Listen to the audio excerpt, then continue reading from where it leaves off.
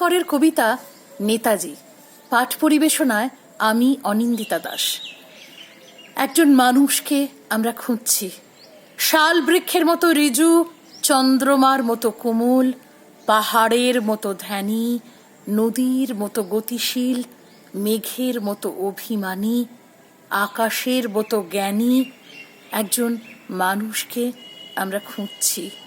একটা নতুন ভারতবর্ষ গড়বেন বলে ছদ্মবেশে একটা কালো গাড়ি, কয়েকজন বিশ্বস্ত সহচর আর স্থলপথ, জলপথ, আকাশপথের মৌন বন্ধুত্বকে সঙ্গী করে তিনি বাড়ি থেকে বেরোলেন, যেন নিমাই, যেন বুদ্ধ, যেন চেয়ে।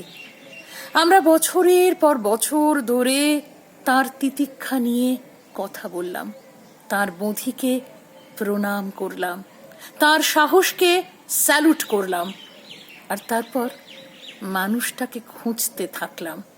যেন মানুষটি একজন ম্যাজিশিয়ান, যেন মানুষটি একজন অবতার, যেন মানুষটি একটি নীলকণ্ঠ পাখি, একজন মাসিহা, যেন একবার তাকে খুঁজে পেলেই গরিব আর গরিব থাকবে না।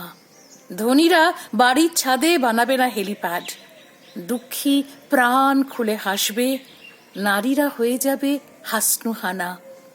বছরের পর বছর গল্পে আর লোককথায়, সত্য আর মিথ্যায়, বিশ্বাসে আর অবিশ্বাসে আমরা আমরা আমরা মানুষটাকে খুঁজছি, তার ভারতবর্ষকে খুঁজছি না।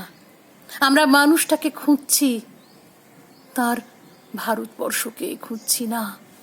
আমরা মানুষটাকে খুঁজছি, তার ভারতবর্ষকে খুঁজছি না।